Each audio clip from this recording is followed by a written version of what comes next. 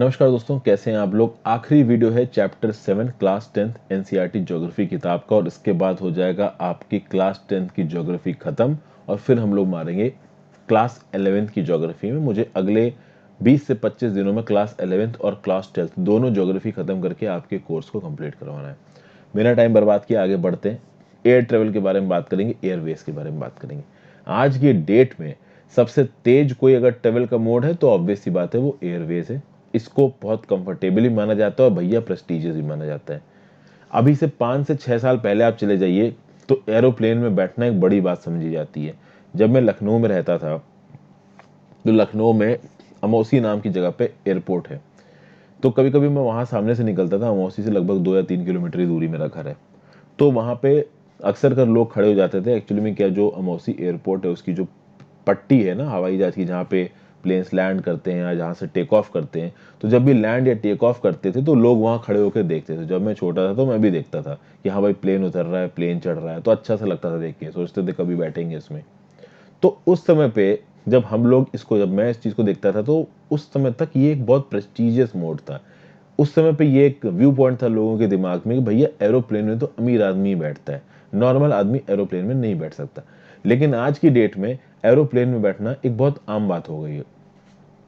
तो अगर किसी को, मान लीजिए मुझे मुंबई से लखनऊ जाना है, तो मेरी जो सेकेंड एसी की ट्रेन की टिकट आई 2000 की, तो एक बार को मैं सोचूंगा कि यार कौन 24 घंटे ट्रेन में बैठेगा। मैं एक काम करता हूँ, 3,500 या 4,000 रुपए की सीधी फ्लाइट करा देता हूँ, 2 घंटे में पहुंच जाऊंगा, तो पूरा दिन मेरा बच जाएगा।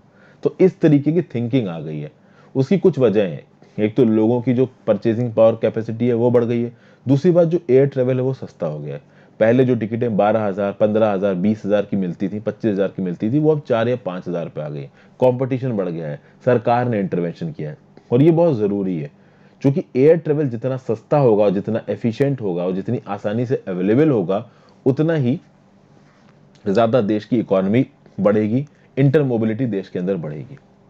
और एयर ट्रेवल अक्सर कर उन जगहों पे बहुत इंपॉर्टेंट हो जाता है जहां बहुत ऊंचे ऊंचे पहाड़ हैं, डेजर्ट्स हैं, डेंस फॉरेस्ट हैं, क्योंकि ऐसे इलाकों में बहुत आसानी से सड़कें और रेलवे लाइंस आप नहीं बना सकते।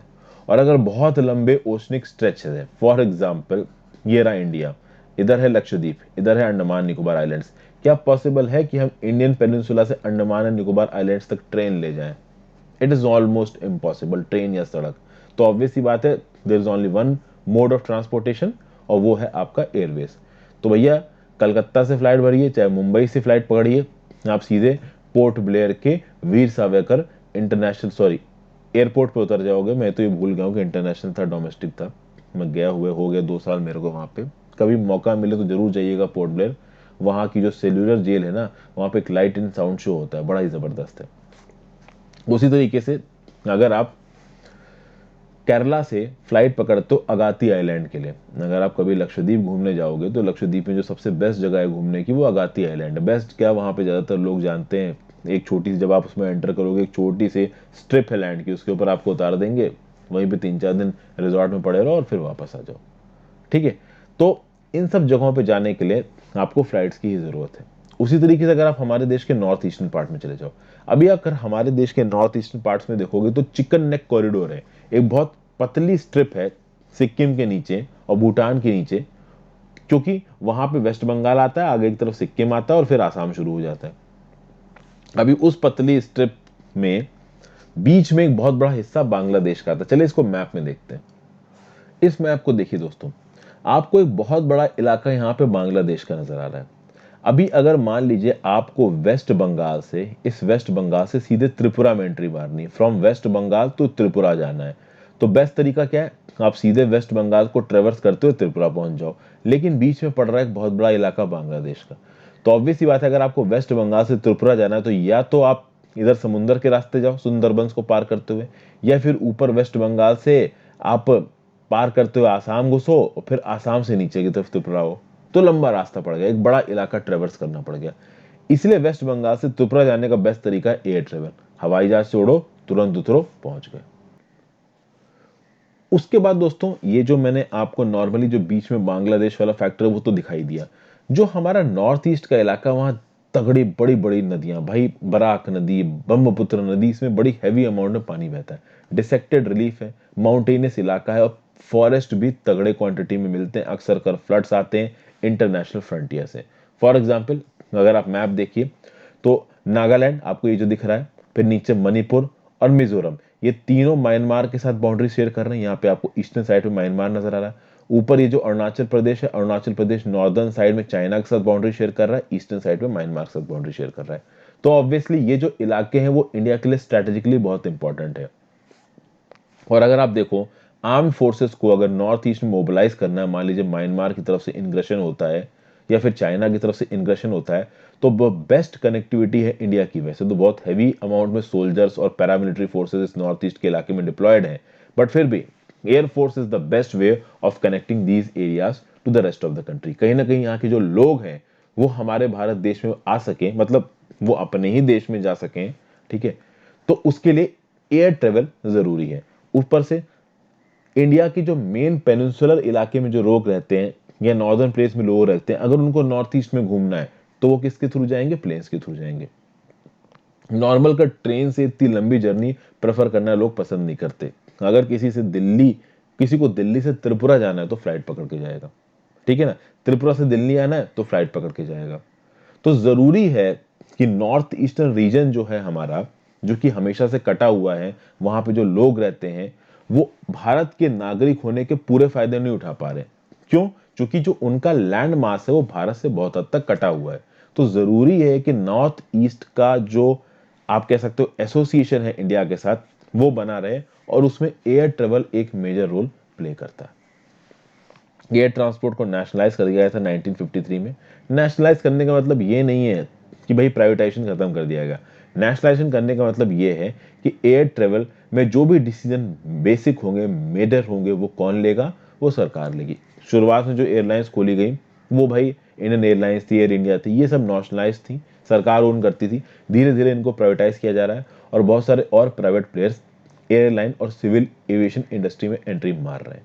एयर इंडिया की बात करिए तो डोमेस्टिक इंटरनेशनल एयर सर्विसेज दोनों प्रोवाइड करती है। तो एयर इंडिया के जहाज आपको इंडिया के अंदर की डोमेस्टिक डेस्टिनेशन को तो ले ही जाएंगे, पर लंदन, हांगकांग और दुनिया भर के दूसरे शहरों में भी आपको, कंट्रीज में भी लेके जाएंगे।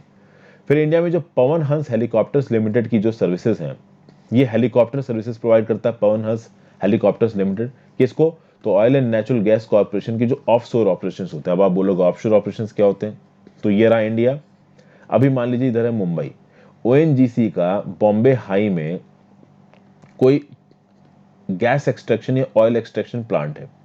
तो ये लैंड पे नहीं है, ये समुंदर में है। तो अभी लैंड से समुंदर तक जाना है तो या तो बोट से जाओगे, हेलीकॉप्टर से जाओगे। तो लोगों को सही समय पर इस तक पहुंचाना ये किसका काम है? हेलीकॉप्टर का काम है, जिसकी सर्विस प्रोवाइड करता है पवन हंस हेलीकॉप्टर्स लिमिटेड। फिर इन हेलीकॉप्टर्स की मदद से आप इनएक्सेसिबल और डिफिकल्ट टेरेन्स में जा सकते हो। तो ये डिफिकल्ट टेरेन्स आपको नॉर्थ ईस्टर्न रीजन से मिलेंगी। क्यों? क्योंकि वहां पे बहुत हेवीली फॉरेस्टेड एरिया है, काफी पहाड़ है, plus interior areas of Jammu and Kashmir, Himachal Pradesh और उत्तराखंड में भी आपको मिलेंगी। एयर ट्रेवल अब बात की जाए तो कॉमन पीपल की रीच में कहा तो जा रहा नहीं है, बट काफी हद तक दोस्तों आ रहा है। लेकिन फिर भी जो हमारे देश का आम नागरिक है वो 4 से 5 हजार की टिकट नहीं करा पाता है। बहुत सारे जो दिहाड़ी मजदूर हैं या घर में काम करने वाली जो मेड्स हैं, उनके पास इतना पैसा नहीं है कि वो प्लेन में बैठे। ओके, जरूरी ये है कि जो नॉर्थ ईस्टर्न इंडिया के जो लोग हैं उनके लिए जो एयर ट्रेवल की सर्विसेज है वो मेजर बेसिस पे अवेलेबल कराई जाए। रीजन कि भैया उन इलाकों को रोड्स और रेलवे से इंडिया को कनेक्ट करना उसकी नेचुरल ज्योग्राफिकल बैरियर्स है। नॉर्थ ईस्ट को पूरी तरीके से आप मेनलैंड पेनिनसुला से, इंडियन पेनिनसुला से जोड़ पाओ, उसके प्रॉपर नेचुरल बैरियर्स है बीच में। कुछ तो ज्योग्राफिकल बैरियर्स है, पॉलिटिकल बैरियर्स के बीच में भाई बांग्लादेश पड़ गया तो अब क्या करें, और कुछ रोड वाले बैरियर्स हैं। तो पहाड़ी इलाके से कनेक्ट होती है इंडियन पेनिनसुलर लैंडमास और नॉर्थ ईस्टर्न इंडिया, जिसके चलते रोड और रेलवेज की लिमिटेशन है। तो भैया एयर ट्रेवल बहुत जरूरी है, खासकर नॉर्थ ईस्टर्न रीजन के लोग। केवल नॉर्थ ईस्टर्न रीजन नहीं, अंडमान निकोबार की बात कर लीजिए, लक्षद्वीप की बात कर लीजिए, हिमालयन रीजन्स की बात कर लीजिए, राजस्थान की बात कर लीजिए, हर जगह के लिए। अब बात करते हैं कम्युनिकेशंस की। भैया लोगों का आपस में बातचीत करना, एक दूसरे को अपने मैसेजेस देना, ये हमेशा से बहुत इंपॉर्टेंट रहा है। जब से ह्यूमंस अर्थ पे अपीयर हुए, कम्युनिकेशन में इन्वॉल्व नजर आए हैं। अलग अलग समय में कम्युनिकेशन के तरीके अलग अलग होते चले गए। पहले रेवेंस भेजे जाते थे। इंडिया में तो आपको रेवेंस ज्यादा देखने को मिलेंगे नहीं, यूरोप यूएसए में जाइए आपको रेवेंस देखने को मिलेंगे। मतलब कि वो पक्षी जो दूर दूर तक सिग्नल्स लेके जाया करते थे। अगर आपने गेम ऑफ थ्रोन्स देखा हो तो वहां पर रेवेंस बड़े दिखेंगे आपको। तो भैया मैसेज भेजना था तो रेवेंस से भेजो। तो पुराने जमाने में जो दूर दराज के इलाकों में मैसेजेस भेजे जाते थे वो रेवेंस के थ्रू भेजे जाते थे। तो long distance communication is far easier without physical movement of communicator और रिसीवर। मतलब कि अब जो लॉन्ग डिस्टेंस कम्युनिकेशन है, आप बैठे बैठे लंदन आपको अगर मेल भेजना है तो तुरंत with in a fraction of seconds पहुंच जाएगा। फोन मिलाइए, लंदन में बैठे किसी भी इंसान से आपकी बात हो जाएगी। तो अब जो ये लॉन्ग डिस्टेंस कम्युनिकेशन है काफी आसान हो गया है। पर्सनल कम्युनिकेशन भी आप कर सकते हो, मास कम्युनिकेशन भी है। तो भैया यूएस में जो टेलीकास्ट होने वाले टेलीविजन सीरीज है वो आप इंडिया में देख सकते हो। आप थाईलैंड चले जाइए, इंडिया में जो आईपीएल हो रहा है उसका टेलीकास्ट आप वहां देख सकते हो। रेडियो, प्रेस, फिल्म्स, ये ऐसे तरीके हैं जिसके चलते इंटरटेनमेंट के साधन बहुत मास लेवल पे लोगों के पास पहुंचे हैं। इंडिया का पोस्टल नेटवर्क की आप बात करो, चिट्ठी भेजने वाला नेटवर्क, वो भी दुनिया में वन ऑफ द बिगेस्ट है। ओके, हम लोग बहुत सारे तरीके के मैसेजेस को भेजते हैं, पर्सनल लिटिल कम्युनिकेशन। कार्ड्स और एनवेलप्स को बुलाता है फर्स्ट क्लास मेल। फिर सेकंड क्लास मेल्स होते हैं बुक पैकेट्स, रजिस्टर्ड न्यूज और पीरियोडिकल्स। यहाँ पे फर्स्ट क्लास और सेकंड क्लास मेल क्या है? देखिए, अगर किसी मेल को हवाई जहाज के थ्रू उड़ा के भेजा गया तो भैया सीधी सीधी बात है, आपने अर्जेंट बेसिस पे ब्लू डार्ट से कोरियर किया, आपको कुछ सामान पहुंचाना है अर्जेंट बेसिस पे मुंबई से चंडीगढ़, तो वो प्लेन के थ्रू गया, एयरलिफ्ट होके गया, तो उसको आपने क्या बोला? फर्स्ट क्लास में। आपने क्रॉनिकल मैगजीन का मंथली सब्सक्रिप्शन ले लिया। अभी क्रॉनिकल मैगजीन हर महीने के एंड में जो भी मैगजीन छपेगी वो आपको घर पे भेजेगी। तो वो कैसे आएगा? वो ऑब्वियस सी बात है आपके रजिस्टर्ड पोस्ट से आएगा, तो रेलवे से या फिर रोड या किसी थ्रू से आएगा। उसको क्या आप बोलोगे? उसको आप बोलोगे सेकंड क्लास में। तो फर्स्ट क्लास में यानी कि जिसको एयरलिफ्ट किया गया है, और सेकेंड क्लास मेल मतलब कि बुक पैकेट्स, रजिस्टर्ड न्यूज़पेपर्स और पीरियोडिकल्स जो कि सरफेस मेल के थ्रू हमारे पास पहुंचते हैं, यानी लैंड और वाटर ट्रांसपोर्ट के थ्रू हमारे पास पहुंचते हैं। फर्स्ट क्लास मेल में ऐसा नहीं है कि केवल एयर ट्रांसपोर्ट ही आता है, कभी कभी लैंड ट्रांसपोर्ट भी आ जाता है फर्स्ट क्लास मेल में। ये उतनी इंपॉर्टेंट चीजें नहीं है, इसको आप स्किप कर सकते हो दोस्तों। ऊपर से ये भी कुछ इंपॉर्टेंट नहीं है, Rajdhani channel, metro channel, green channel, business channel, ये सब आउटडेटेड चीजें हो चुकी हैं। They are not too much important, बिल्कुल इंपॉर्टेंट नहीं है, इसलिए मैं इनको स्किप कर रहा हूँ। इनमें बस यही बताया गया कि भैया तेजी से जो पोस्ट कार्ड्स और जो भी चीजें, जो भी डॉक्यूमेंट्स एक जगह से दूसरी जगह भेजे जाते हैं, उनके लिए कितने तरीके के चैनल चलाए गए एक जगह से दूसरी जगह भेजने के लिए। जो इंपॉर्टेंट पोर्ट्स थे वो मैंने पिछली बार ही आपसे बात की थे, पिछली वीडियो में आपको दिखा दिए थे। अब आ जाते हैं आगे। डिजिटल इंडिया प्रोग्राम के बारे में कुछ बता रखा है। इंडिया को नॉलेज बेस्ड ट्रांसफॉर्मेशन करना है, इंडिया को एक नॉलेज इकोनॉमी बनाना है, एक ऐसी कंट्री जहां लोगों के पास नॉलेज की कोई कमी ना हो। तो भैया डिजिटल इंडिया प्रोग्राम में दो चीजों को जोड़ा गया है, दो आईटी को जोड़ा गया है। एक आईटी है इंडिया का टैलेंट, दूसरा आईटी इंफॉर्मेशन टेक्नोलॉजी। इन दोनों से मिलकर जो आईटी होगा उसको बोला जाएगा इंडिया टुमारो। तो भैया टेक्नोलॉजी की मदद से हमको इंफॉर्मेशन टेक्नोलॉजी और इंडिया के टैलेंट को जोड़ देना है और उससे कल का इंडिया बनाना है, जो कि चेंज लेके आ सके, जो कि ग्रोथ और डेवलपमेंट लेके आ सके।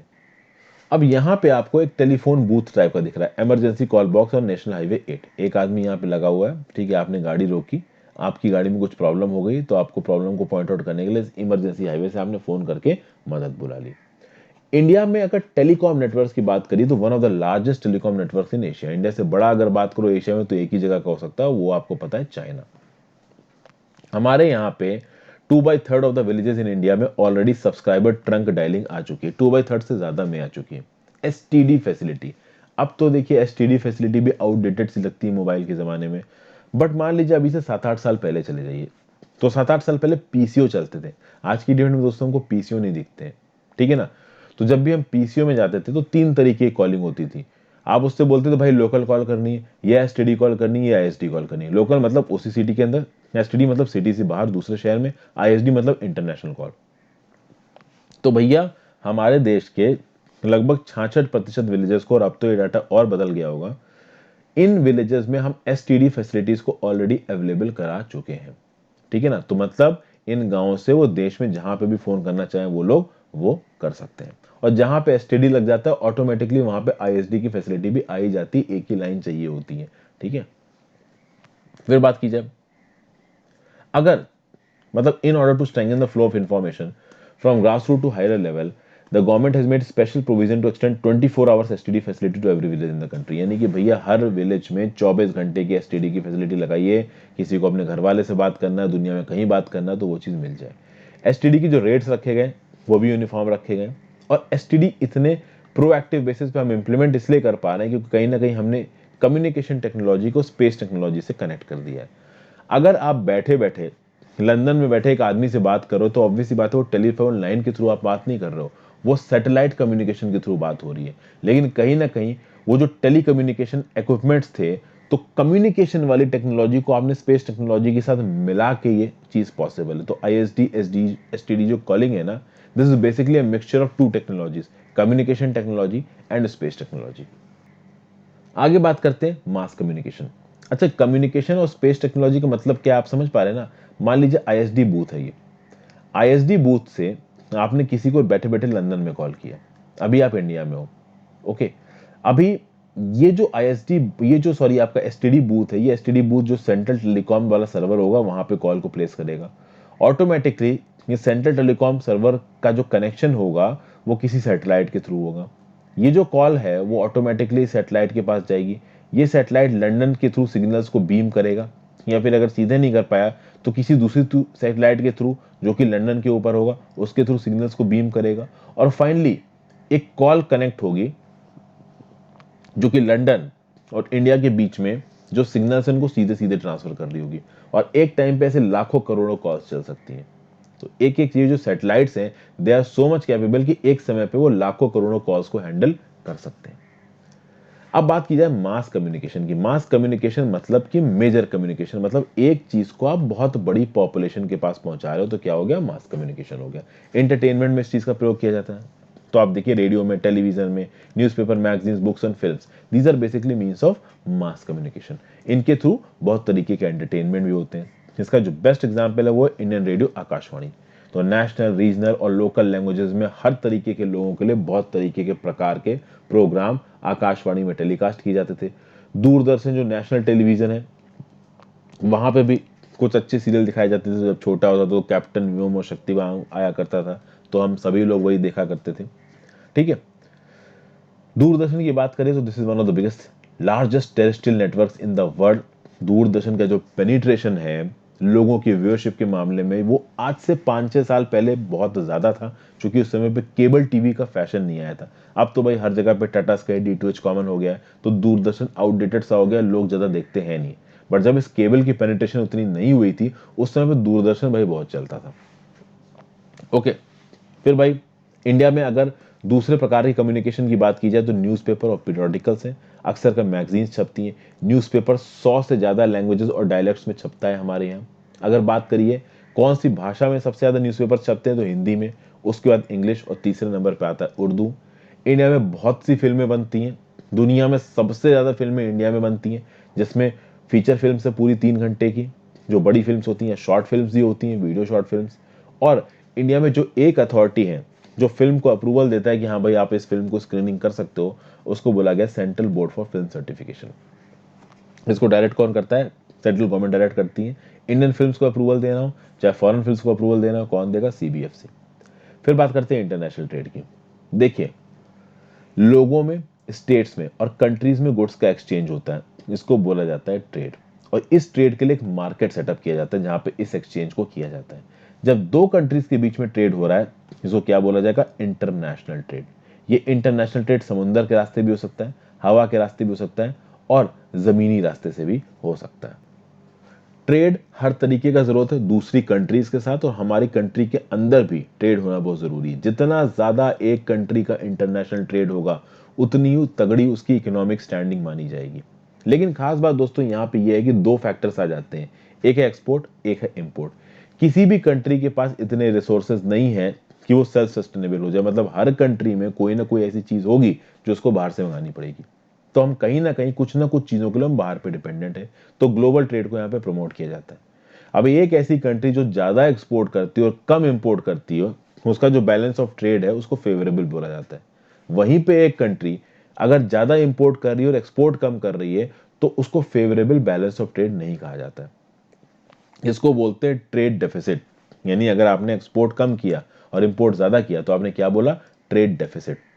ठीक है, तो मतलब कि बात ये हो गई कि हमने देश से पैसा बाहर ज्यादा भेजा और वहां से कम, बाहर से कम अंदर आया।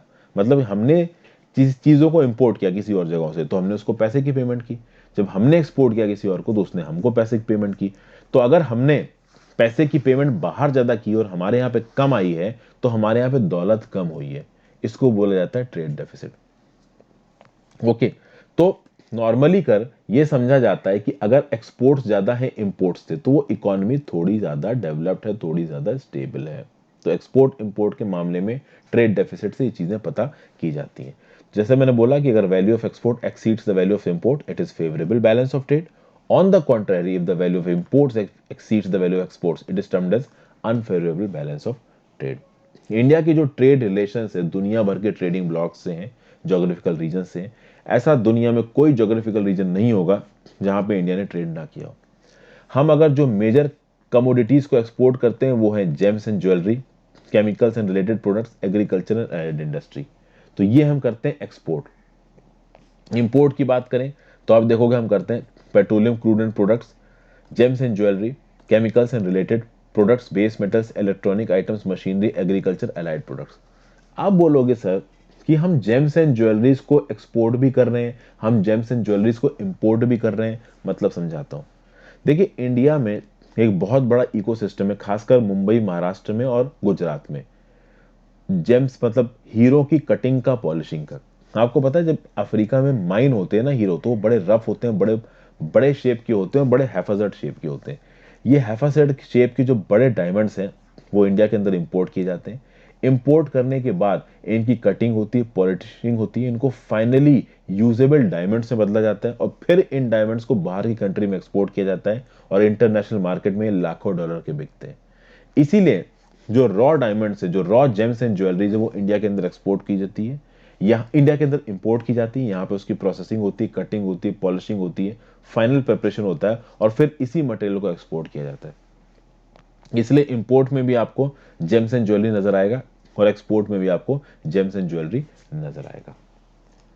ठीक है दोस्तों, फिर पेट्रोकेमिकल प्रोडक्ट्स की बात की जाए तो हम लोग क्रूड ऑयल इंपोर्ट करते हैं। मतलब कि जो रॉ क्रूड ऑयल है हम उसको इंपोर्ट करते हैं, बट हमारे यहाँ ऑयल रिफाइनरीज बहुत है। तो उन ऑयल रिफाइनरीज की मदद से हम उस क्रूड ऑयल को यूजेबल एंड प्रोडक्ट से बदलते हैं। तो डीजल ने बदल दिया, पेट्रोल ने बदल दिया, फिनिश्ड कैसरॉल वाले डब्बे आते हैं ना जीटीए के, जिनको आप अपने इंजन में डालते हो इंजन ऑयल की तरह, उसमें बदल दिया और इन चीजों को हम एक्सपोर्ट करते हैं। तो petroleum, finished petroleum crude products को हम एक्सपोर्ट भी करते हैं और क्रूड ऑयल को हम लोग इंपोर्ट भी करते हैं। ठीक है, फिर इंडिया रिसेंटली सॉफ्टवेयर जायंट भी उठ के आया 5-7 सालों में। सॉफ्टवेयर जायंट कैसा दोस्तों, इंफॉर्मेशन टेक्नोलॉजी में हम कैसे आगे बढ़े भैया। जो बड़ी बड़ी कंपनीज हैं यूएसए की, यूके की, यूएसए की, वो क्या करती हैं, वो अपने कॉल सेंटर चलाती हैं। उनके बड़े बड़े टेलीफोन कंपनीज चल रही हैं, उनके कॉल सेंटर खोल दिए उन्होंने इंडिया में। अब यूके में किसी को नौकरी देंगे तो उसको डॉलरों में वैल्यू देनी पड़ेगी। इंडिया में 5-5, 10-10 हजार, 15-15 हजार में वी कस्टमर जैसे जाने कितने कॉल सेंटर खुल गए हैं, वहां पे लोगों को बैठा दो, वो उनकी कॉल अटेंड करते हैं। तो रात रात भर लोग बैठ के, इंग्लैंड में किसी की वॉशिंग मशीन खराब हो गई तो उसकी वॉशिंग मशीन को इंडिया में ठीक करवाते हैं। तो यही है हमारा इंफॉर्मेशन टेक्नोलॉजी सेक्टर, जो कि मेनली आउटसोर्सिंग पे बेस्ड है। बाहर की, यूएस की, यूके की जो बड़ी बड़ी कंपनीज हैं, वो अपने काम को कम पैसों में इंडिया में आउटसोर्स कर देती। वही काम अगर वो अपने लोगों से करवाएंगे तो पैसा ज्यादा देना पड़ेगा। और फाइनली बात करते हैं इंडिया की टूरिज्म इंडस्ट्री की। टूरिज्म इंडस्ट्री आखिरी 3 डिकेड्स में बहुत तेजी से बढ़ी है। 15 मिलियन से ज्यादा लोग, 1.5 करोड़ से ज्यादा लोग टूरिज्म इंडस्ट्री में प्रोएक्टिवली इन्वॉल्व हैं। टूरिज्म इंडस्ट्री नेशनल इंटीग्रेशन को प्रमोट करती है। ऑब्वियसली दोस्तों, राजस्थान का बंदा अगर तमिलनाडु में घूमने जाएगा तो नेशनल इंटीग्रेशन तो होगा ही ना। लोकल हैंडीक्राफ्ट्स को प्रमोशन मिलता है, तो एक जगह के लोग जो बहुत पहले से, हजारों साल से जो अपनी स्पेशलिटी बनाए जा रहे हैं, वो टूरिस्ट को बेच सकते हैं। कल्चर और हेरिटेज को समझ सकते हैं। कहीं ना कहीं जब फॉरेन टूरिस्ट इंडिया में आते हैं तो हेरिटेज टूरिज्म प्रमोट होता है, इको टूरिज्म प्रमोट होता है, adventure tourism, cultural tourism, medical tourism, business tourism, इसके लिए अलग अलग टूरिस्ट सर्किट भी बनाए गए।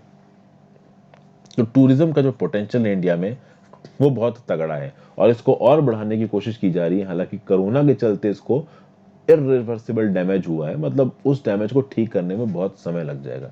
यहाँ देखिए दोस्तों, ड्रीम डेस्टिनेशंस की एक लिस्ट निकली है। इसमें चौथे नंबर पे इंडिया नजर आ रहा है। नंबर 1 पे इटली, दूसरे पे न्यूजीलैंड, तीसरे पे ऑस्ट्रेलिया, चौथे पे इंडिया।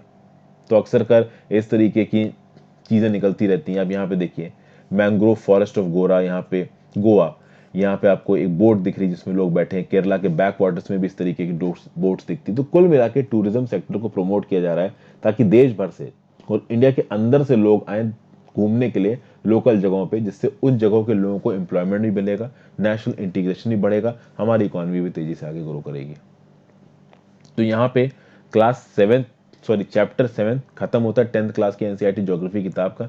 10th क्लास की एनसीईआरटी खत्म, 11th की शुरू करेंगे। Thank you for watching. Video को लाइक और शेयर किए बिना मत जाइएगा। ज़्यादा से ज़्यादा लोगों को आप बताइए इन वीडियोस के बारे में ताकि उनको भी पता चल सके और मुझे थोड़े व्यूज़ मिल सकें। Goodbye friends. चैनल को ज्वाइन भी कर सकते हैं मदद करने के लिए।